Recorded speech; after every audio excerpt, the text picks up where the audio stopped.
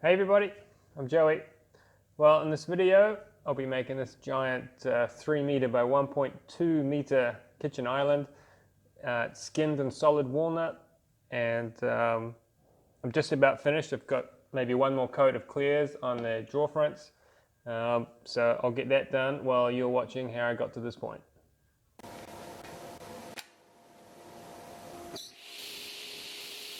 So this will have a pine plywood carcass, so just using my cutting list and getting all the pieces sorted out. And I need to edge all of the pieces that are seam, so I'm just using a pine veneer.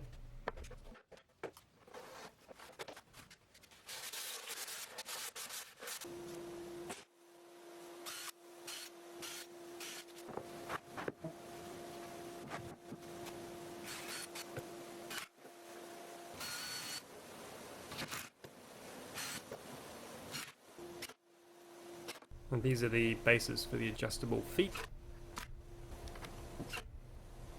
And on one side of the carcass, the feet hang over, so the other side of the carcass can also rest on those feet. You'll see that soon. And just adding the top stretches to the carcass.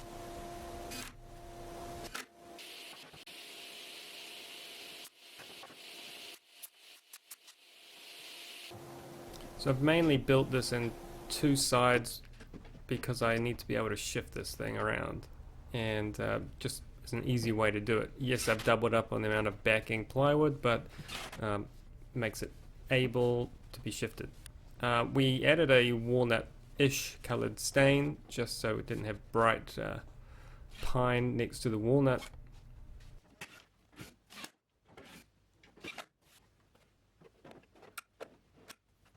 Okay, so this island job is part of a much bigger kitchen job. You can see here we've got the island base finished, and we need to start skinning it with the walnut. So here are some cabinets. These are all cabinets for the same kitchen job. This is all the walnut that we are needing for the all the different parts of the rest of the kitchen. So I'm not going to bore you with showing you it. You can just assume that I spend the next hour or day machining it. So I needed to start making the end panels of the island first, and the first job there is to make the corner posts. Now I'm making them in the same way as that I made a cube bed that I made a wee while ago. So I'm mitering pieces together to form a larger looking post.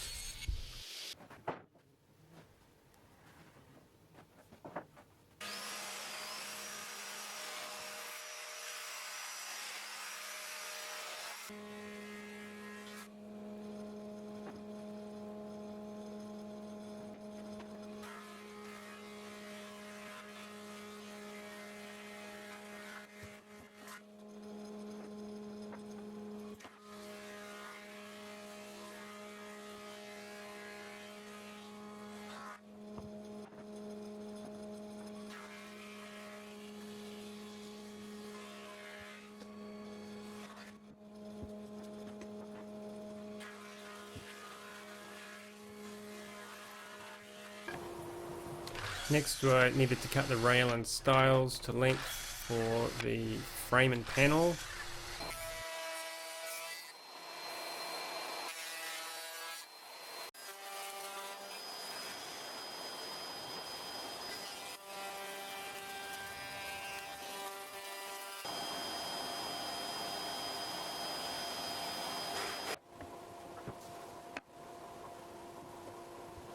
I can dry fit this together and then work out what size the panels need to be cut to. In this case I'm using a veneered plywood. It's 6mm ply with the veneer, which makes it more like a 7mm ply.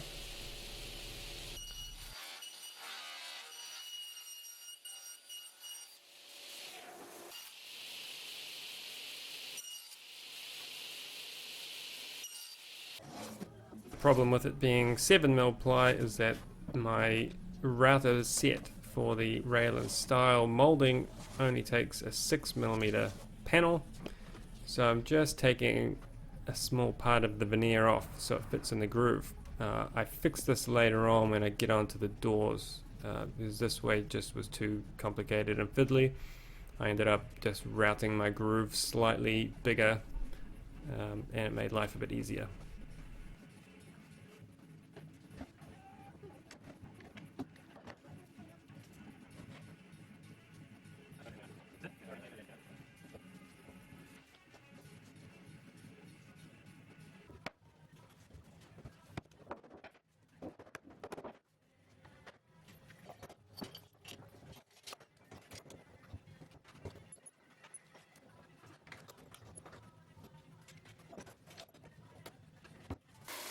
With the end panels and the clamps, I could get back onto sanding my posts square and cleaning up the corners.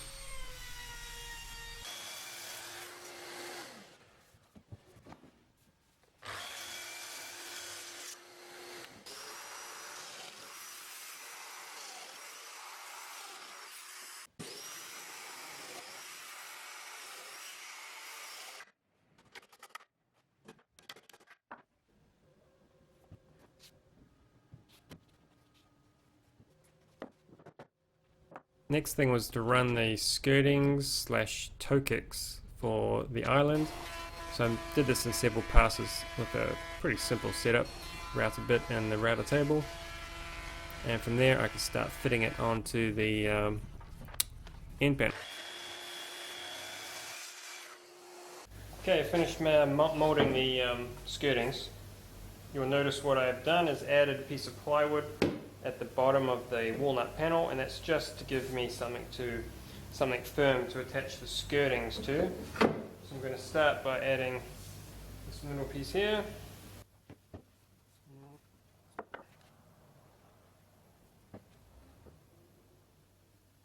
And then I'm just going to pin it from behind through the plywood, because really only one side of this is seen. Some of the other side is seen when it overhangs at the breakfast bar side, but I'll deal with that later.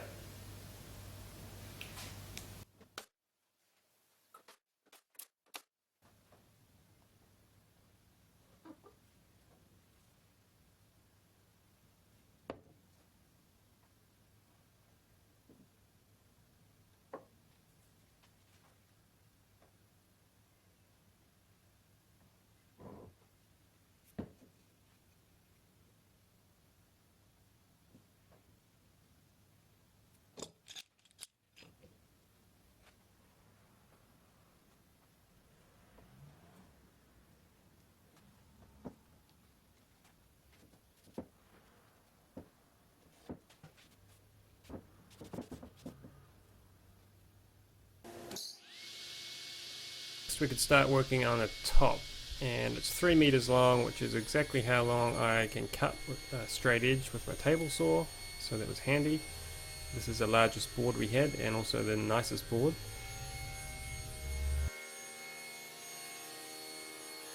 Okay, so you can probably see that we've left the middle board as big as we could get it. It's actually a really nice board. It's got quite a bit of figure in it.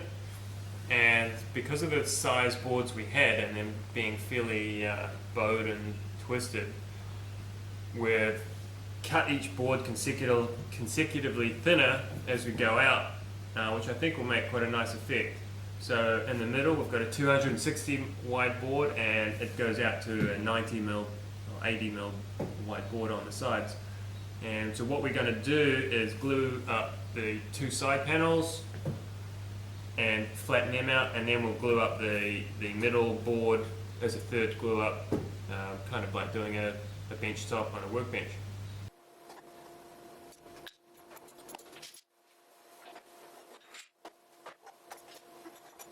Okay, so there is kind of most of a half of the tabletop glued up. Over here I've just taken the other half out of the clamps. It's sitting on the bench. So, using the dominoes, we have been able to keep the alignment pretty good on this, but there are bits and pieces that aren't perfect. So what I'm going to do is start with my number 5.5 and kind of flatten it out a bit, take all the lumps and bumps off, and then probably go over it with my 5 and my number 3 just to reduce the amount of sanding we're going to do. And then we'll join in our middle panel as it's another glue up. So let's see what it cuts like.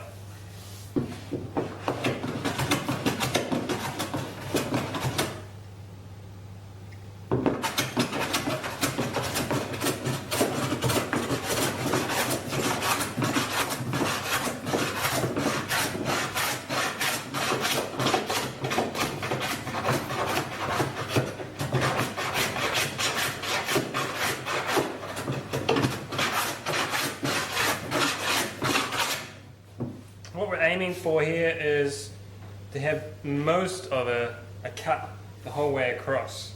That means if we do that on the 45 both ways, we're going to end up with a pretty flat piece.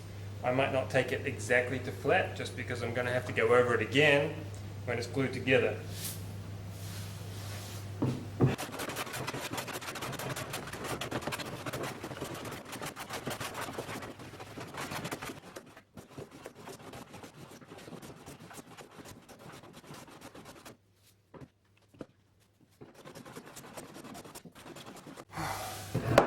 Okay, that's the top kind of roughly flattened off. Whew. I'll flip it over and do something similar on the bottom. I'm not going to go probably any more than this on the bottom, mainly because it's the bottom. Then I could continue on the top side with my number 5. And running with the grain, I could really start smoothing it out.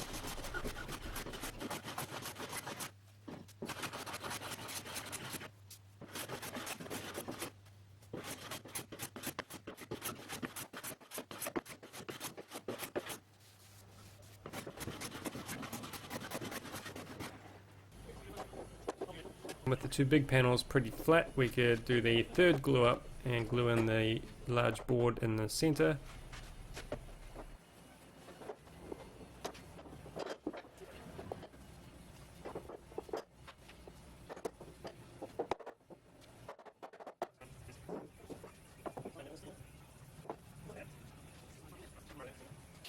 In the meantime, I got on with making the drawers and the door fronts.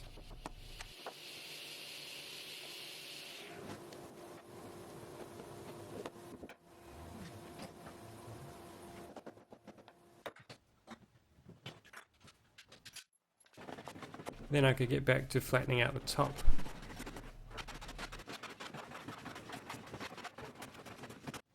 So that is the tabletop glued up, and I've gone over the middle section with my 5.5. I can now start smoothing it out a bit more with my number 5. Now this board, you may not be able to see it, the center board has actually got some curl in it, which is why I left it as big as it is. So my planer blades are all sharpened to 40 degrees, so that should deal with that curl just fine. I'll carry on going over this, smoothing it out. I may not actually go over it with my 3, I'll probably just go to a card scraper and then probably 200 grit odd with the orbital sander.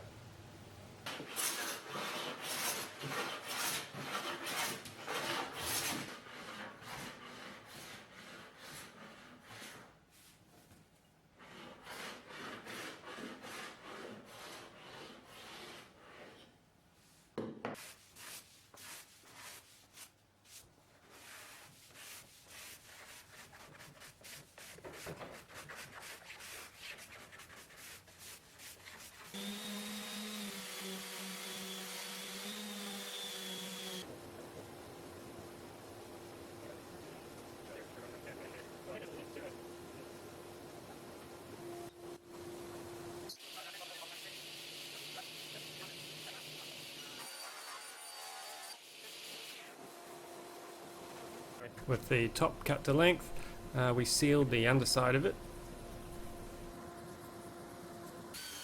And I could start the somewhat more fiddly work of attaching the end panels to the island carcass.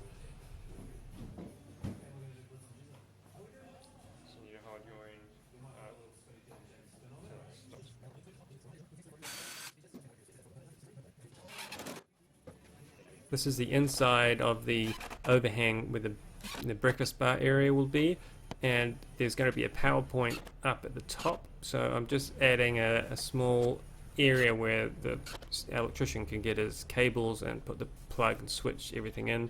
It's also a very easy way for me to tidy up this little portion.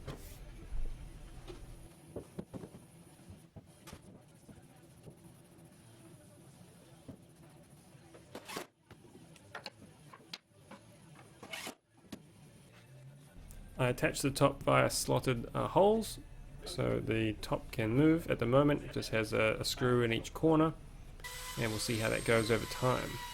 With it in place, I could finish off the corners and give it a final sand before we started sealing it.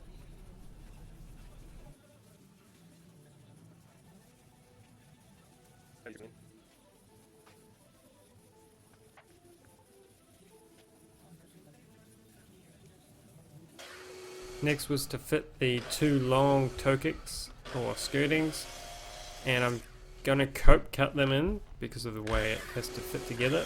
So this is a easy way of working out how to cut your cope, is to cut a miter, and then you have the outline of your shape, your molding ready to go. You just need to cut away everything that is on that 45-degree angle, and then it will fit into your corresponding piece.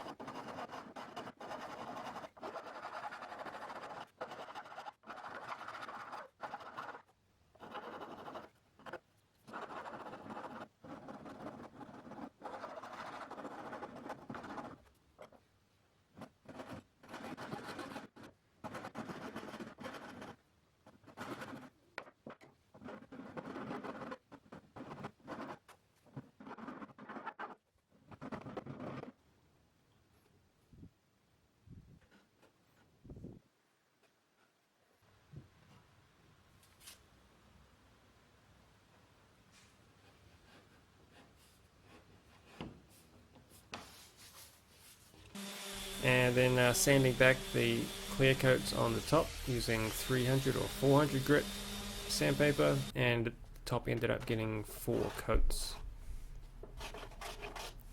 With that all underway, I could start fitting the drawer fronts, cleaning them up, sanding them generally, cleaning any glue off and all that kind of stuff, and fitting the hardware so that could attach onto the runners.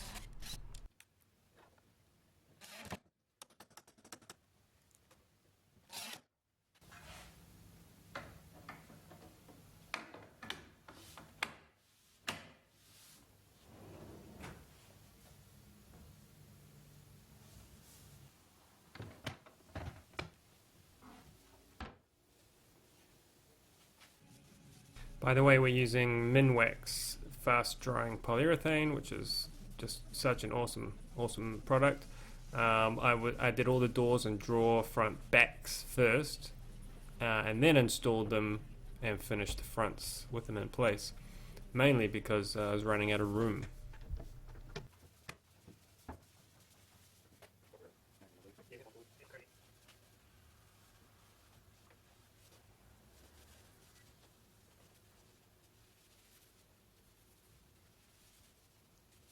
Okay, so there it is, all finished. Like I said, this is part of a much bigger job where I'm doing a house lot of furniture. I'm doing the kitchen, which goes around this, and a scullery and barn doors and wardrobes. So when it's all finished, I think I'll probably do an overview video and show all the other parts to this job, and we'll be able to see this guy sitting in its place, which I think is going to look pretty spectacular. In the meantime, thanks for watching, and I'll see you next time.